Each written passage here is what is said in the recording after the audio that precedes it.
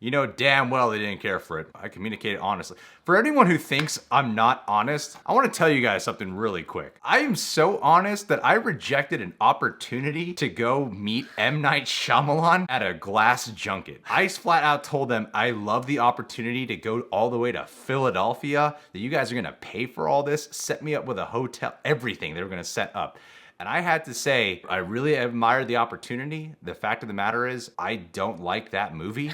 And I feel like you guys should probably use someone who is more positive about the film. It's just that simple. All these people who say like Disney paid you, you're in your pockets, or you want to just keep going to press screenings. Have you guys seen there are movies we haven't recommended. Don't even just go off of us. Many people who haven't recommended Marvel related films, Disney related films, people who will go to 20th Century Fox screenings, Warner Brothers screenings that we don't go to, have often given them negative reviews and consistently still get invited to the screenings. There's an old principle they used to say that there's no such thing as bad press. Yeah. And if people be talking about the movie, that's just more attention going on that movie. So yeah, while every studio wants a good review, just because you give them a bad one doesn't mean they're going to ban you from doing it. And I think both of our goals with these videos is to figure out an authentic depiction of how we felt about each movie and to just share that with you guys. And if you don't want to have that opinion, you just don't have to watch the video.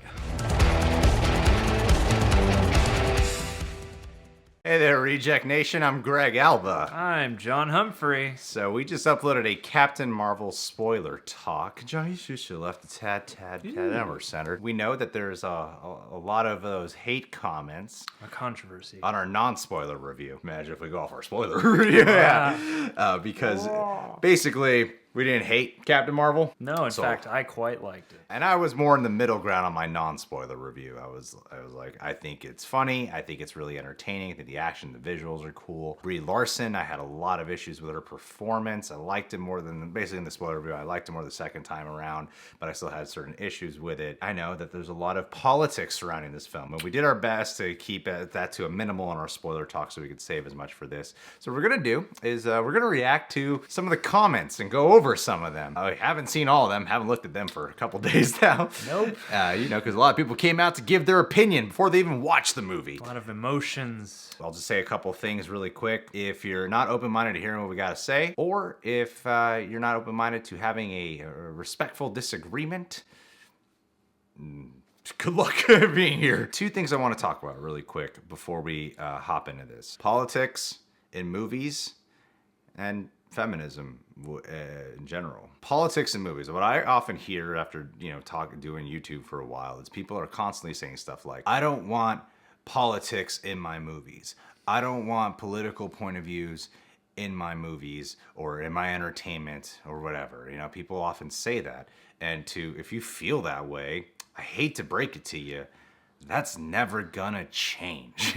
It's never going to change because it's been a part of the landscape of cinema for as long as I can recall. Whether it's done in a very in-your-face kind of way or in a more subtle approach. It's always been there. It's gonna remain that way. Look at the eras of most of our films. Usually, it's a reflection of the political landscape. And when I say political, I don't mean government. I don't mean the White House. I don't mean Republican versus Democrat or something like that. Political can mean the people. Political can mean society. Political is culture. Anything that touches upon a relevant issue or some kind of movement happening now. Yes. And it's, as much as, you can feel those things are intrusive, sometimes those interpretations exist whether the person who authored the work wanted them to be there or not. There are a lot of movies that you can read subtext into just because we're all part of the world, and inevitably that's in everybody's subconscious, And it's been a part of comic book movies for a long time too. You can draw all kinds of political interpretations out of comic book movies, and some of them are quite fascist. I think about The Dark Knight that dealt a lot with surveillance issues. Yeah. And that's a political thing. Yeah, the Patriot Act going on at the time. Look at the MCU, for example. The very first MCU movie, very political. Iron Man? He starts off in the war. He realizes that he is arming, it's terrorism, terror groups, and arms dealing, weapons of mass destruction. And he's realizing that I made these weapons for one purpose, but that doesn't mean they're not going to fall into the wrong hand. That's very relevant. Deals about violence for profit, and then look at the one before Captain Marvel, Avengers: Infinity War. Thanos' motivation, the idea of scarcity in this world, overpopulation. These are also political things as well. Heck, look at Black Panther. Like, we're closing ourselves off. No, Black Panther had a similar type of backlash because fucking Captain America. You'd be a fool to think all three of those Captain America movies don't have a political agenda in there. The reason, part of the reason anyway, we have Civil War, at least now in the movie landscape, is as a reaction to some of the political subtext you can draw out of comic book films. They bother to have the debate about what is ethical here in a time where we have a government and a society and people with these abilities. It touches the work. So movies, for the longest time, and it's never going to stop, will always have some kind of political thing in there. So when I think about feminism, and first off, feminism does not mean men suck, women should be on top. That's not what it means. Feminism is about equality of the sexes. That's what it's about. Equality. Beyond the sexes, I mean, like, at least as they taught it to us in school, feminism, truthfully, is about equal opportunity for everybody, whether you're man, woman, whether you are of a different creed or sexuality or age or physical ability. You know, it's about equality for everyone. The way how the entertainment industry in general is approached is through political reaction. Yeah. It's a big part of what makes art so impactful. And just because you're being political doesn't necessarily mean you're being deep, because there are so many, especially nowadays, there's so many like kind of mindless PG-13 action movies that ape so much imagery, feeling, tone out of the news. How many scenes in a desert of like terrorist operations have you seen in recent movies that all feel very kind of jarring and real? Or when I watch Aquaman and Orm's all about you're polluting the ocean and environmental issues. Like this is all. It's all there. When I hear that Captain Marvel has a bit of a feminist agenda to push or to put up front on display or to talk about, that doesn't turn me off. I appreciate you being forward about that. It's one thing to say, I don't mind a feminist angle in this movie. What I don't like is poor storytelling, poor writing overall, that it sacrifices good movie making to push a message. That is one completely different argument, as opposed to, I hear feminism's in this. No. Not on my watch. That's a whole different debate, guys. If you're that person, well, plain and simple, we're not going to be friends. And if you're subscribed, you might want to unsubscribe right away. And I'll encourage you to do that. It's that Kurt Cobain quote. If you're against, the homosexuals, the ladies, anybody else, just don't fuck with us. Just don't bother with us. We don't want you. It's pretty much it. It's one thing to have issues with the way a story is handled. When I hear feminisms, like that's a thing they're put female empowerment. I'm okay with knowing that's in here. I'm okay with knowing that's part of its subtext. It's all about how it's handled, all right? So that's why I'll go with that. And that's not the only relevant political subtext in the film. There's a whole, at least, approach to the allegory of the refugee situation in the world. That's a big part of the plot of the movie, actually. Yeah, and I know a lot of people are also attacking this movie because of Brie Larson. The comments she's made in the past, which probably find a comment that'll allow us to riff off of it. Long story short, I've seen the headlines be really selective and then twist it into their own language and then reveal the actual quotes. Brie Larson has killed 6 white men. She's wearing their ears as a necklace. Hey, let's pull up these comments and get to it. Hooray. All right, so as of filming this, 57,000 views, 1,854 likes, 904 dislikes. Oh yeah. Let's go through the top comments. There's actually a lot of positive comments in this. Yeah, it's kind of funny. There is a fair mixture. That speaks to the divisive We're just going for the fun one for this video. There's a lot of positive comments in here, actually. What I've noticed about this comment section is that people are trying to find any logical reason to explain away the fact that we could have positive things to say about this movie, as if it's impossible just to have a positive thing to say about this movie. There's so many comments to the tune of, you're just trying to agree with your female guest because you want her to have sex with you or something. From Paul Parker, this sounds so much like two geeks agreeing with the hot chick in hope she will pick one to go out with. Just saying. I'm gonna say this right now because John's right about that. People have said that like we were afraid to like rip on this movie because we had a woman with us, when that's just not the case. Honestly, Stacey Howard's a really good friend of ours. She's a really like an actual friend of ours. Not once have we talked about any of the politics surrounding or the debate surrounding this movie, off camera or on camera. It's Stacey. I feel comfortable enough to say whatever the fuck I want around Stacey. If there's anything here about like not wanting to upset her, Stacey can handle a disagreement. I have no quarrel with her. She can handle it. I'd be more than happy to disagree with her on that. Of course, your female friend is defending the movie because she is a feminist. If you are not a feminist, then you are a sexist. That's a sexist I hope you comment. understand what that means there, Brett the Saint. Brett the Saint. All right. That means you are sexist. That is an overtly sexist comment. Of course you're a feminist. You're a woman. I like Christy V. Thomas's comment. Today, Greg reminds me of Joey Tribbiani and Friends with the cap where he tries to be a young cool guy. LOL. Sup, dude, it's whack with the beanie. I remember that episode. That was season 7, episode 1. That's how well I know Friends. It's really sad watching this. You couldn't even make a parody this cringe. This is the sentiment that just keeps popping up that bugs me the most, is that people won't even entertain the idea. Why even show up in a comment thread if you're just going to dismiss the possibility of somebody else's opinion on a movie like this? All right, John, take it away with DB Titans. He says, quoting John, "If you tell me, I'll care." Arguably the stupidest critique I've ever heard. The guy who is over-critical of almost every movie that is non-Marvel. I have been critical of Marvel movies. He's usually the one where I'm the one who's like, oh, no. And he's like, well. Marvel movies are not my, quote, jam specifically. I like a lot of them, but it's not my favorite kind of movie. Told I should care for the personality and conflict of Captain Marvel rather than being shown through good acting. Such a white knight shaking my head.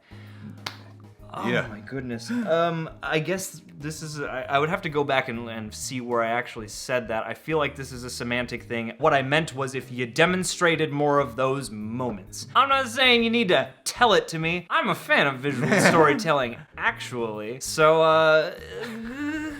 I really don't know what you want from me on this one. I mean, if you give me the context in any way, shape, or form, I might care a bit more. That's what that means. Virtual 2000 says, "Don't be shills, guys. Saying you had a great time with it is not matching up with general consensus. Refer to Screen Junkies for a way more balanced review." Dude, it doesn't have to. It doesn't like, literally, you don't have to have the same opinion as everybody. You don't. That doesn't make you a shill. Screen Junkies, they don't like Alita Battle Angel and Aquaman.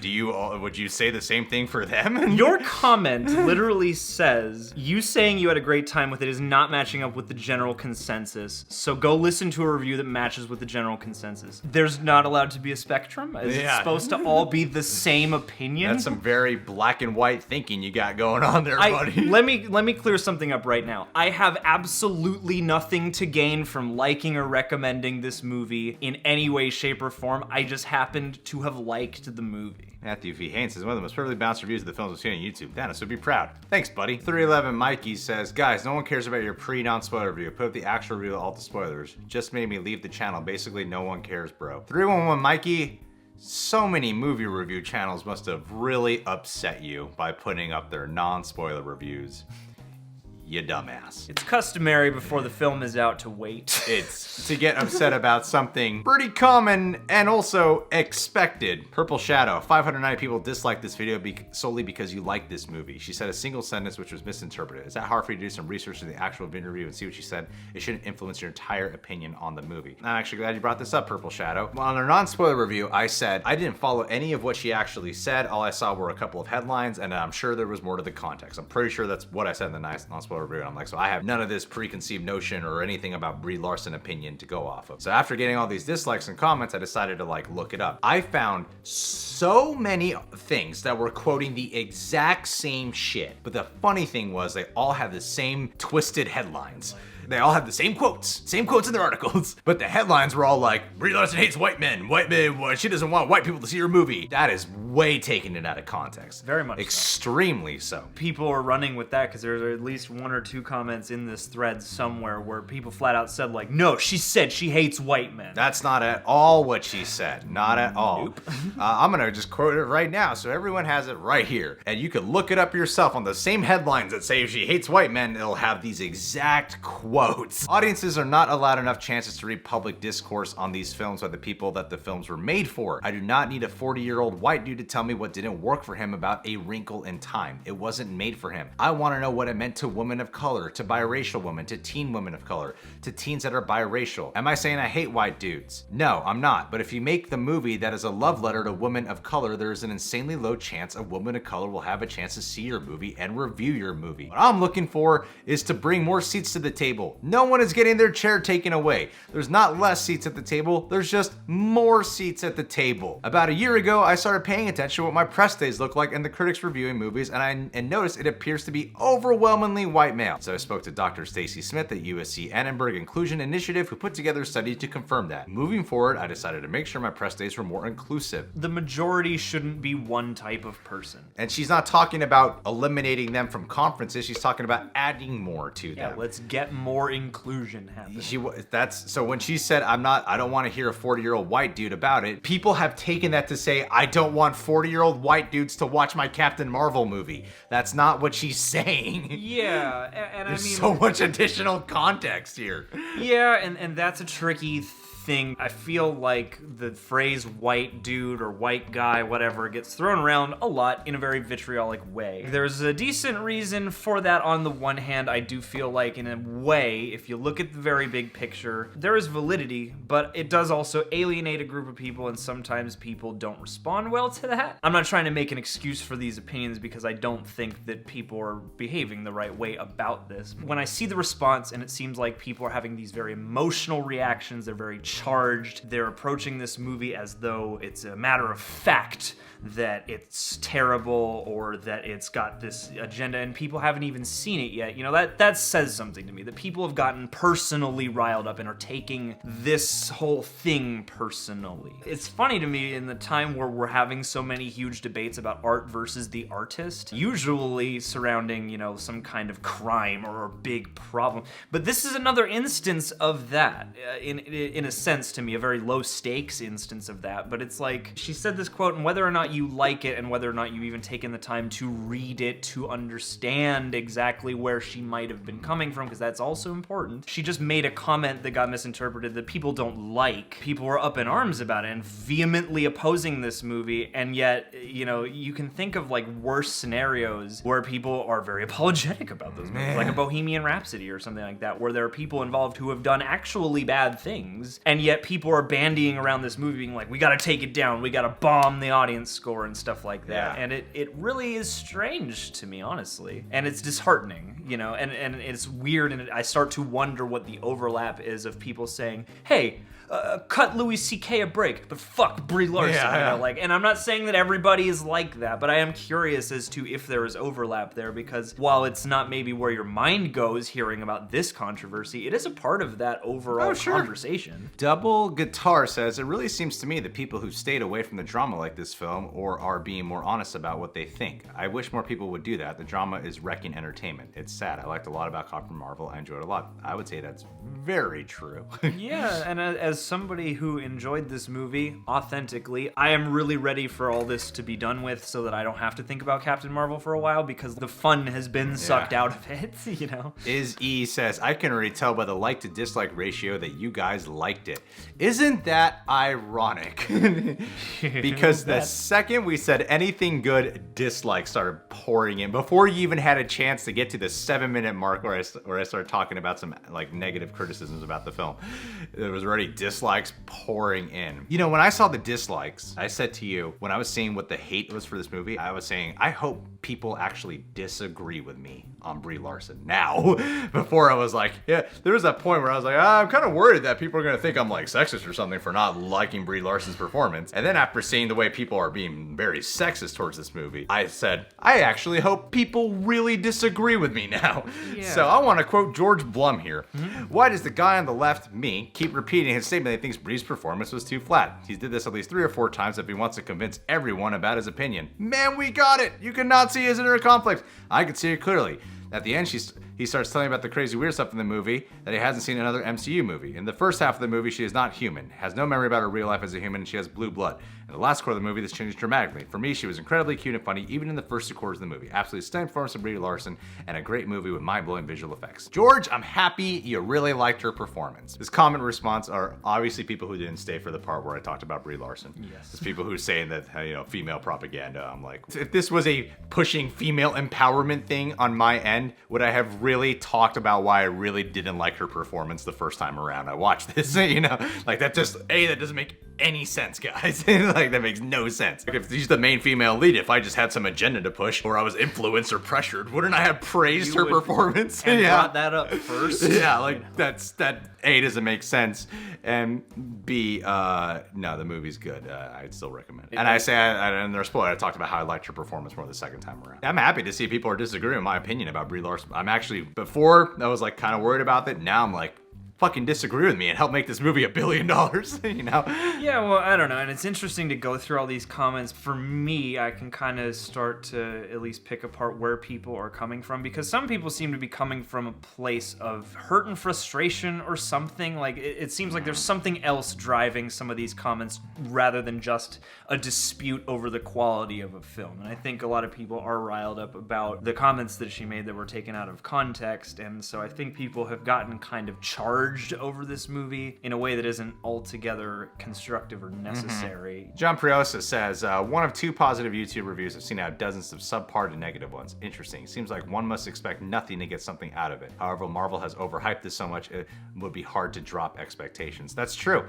A lot of this does have to do with expectations. It seems like a lot of the response of where some people are even criticizing it, or like, people are saying it's just fine. People are saying it's just okay. When is just being fun good enough? We've given a lot of the been time. So many movies we've said, go see it just because it's fun. Fun is good enough in most of the movies that exist. I recommended Aquaman for similar reasons why I recommended this movie. These are 2 very different films as opposed to comparing this to Aquaman. They're very, very different. Do I emotionally connect with these films at a really heart-to-heart level? No, not really, but there's so much fun and so much visual thrills to be had in this film, and this movie made me laugh a lot, so yeah, that's why I would recommend it. Rahel Abakian says, to be honest, Brie needs, just as Evans and Hemsworth did, more movies to truly establish their character. In the post-credits scene in Captain Marvel from Endgame, Carol nailed her line and showed how she works perfectly well with the other Avengers. See, I like that comment, because one thing I said in the non-spoiler review, I didn't really care for Chris Evans the first time around. I didn't really care for Chris Hemsworth. Like, I thought they were both fine. Same way, that's kind of how I am with Brie Larson right now. I'm like, she's fine, she's cool. I really think that she's the kind of character that under different direction or a different movie or different story, allow her time to, these MCU movies are different. They are like the most expensive television show you will have ever paid for. The way how you'll be like, give the show a few episodes, trust me, you'll like her. I really feel like one more movie with Brie Larson, she'll nail this character. To that effect, too, there's so many films in the MCU, there's gonna be another one in April. Like, if you're not satisfied with this, there's more. Yeah, there's so much more. Everything Love Your Life says, it wasn't a bad movie. The supporting cast did a great job, but Brie Larson is so damn robotic, like, what the fuck? I can kind of deal with the feminism as it wasn't overboard. It wasn't needed either, though, but whatever. I'm a big boy. Man, the MCU is in trouble. They are banking on Larson to be the face going forward. She was just very underwhelming and stiff. Like, she was always trying too hard. Okay, I get what he's saying. I did have that concern as well, actually, with Brie Larson being the face. Like, they struck gold with Robert Downey Jr. being the face of Iron Man. To be told that she's going to be the face of the MCU moving forward, honestly, I'm kind of there, because that doesn't exactly excite me for her to be the main face of the MCU. Being one of the Avengers is one thing, but to be the main thing on display, even though I do recommend this movie as a standalone for the greater picture of it all, no, I'm kind of there with you. I'm not exactly excited for her to be, but we'll see what she does in Endgame. You know, that's kind of where I'm at with that. Yeah, I also don't exactly know what they mean by that, by her being the new face, because the more these movies have pressed on, the more they've all become giant ensemble pieces that are always mixing and matching characters. I doubt you're just gonna get a bunch of solo Brie Larson movies. Rock is Real Music calls the main lead of the movie boring. I don't think I said she was. Did I say she was boring? I don't recall saying boring. All boring. Who's literally the Captain Marvel and still proceeds to give positive reviews about the movie. The fuck am I supposed to do in a cinema when Captain Marvel herself is boring as fuck? I definitely didn't say she's boring as fuck. The thing with a movie like this is there's so much more going for it than just Captain Marvel. There's a lot more going for it and just the main character. There's a whole bunch of things happening in the movie. It's kind of like how I felt with the Iron Fist season 2. I'm like, Danny Rand's definitely not as good as everyone else, but there's a lot of other things going on this season that I really like, you know? Yeah, it's a nuance, you know? Like, parts work, parts don't. And there are times where she does really work for me. All right, guys, well, that's it. We pretty much covered everything. Hope you're happy to be here. Peace. Subscribe. See you guys later.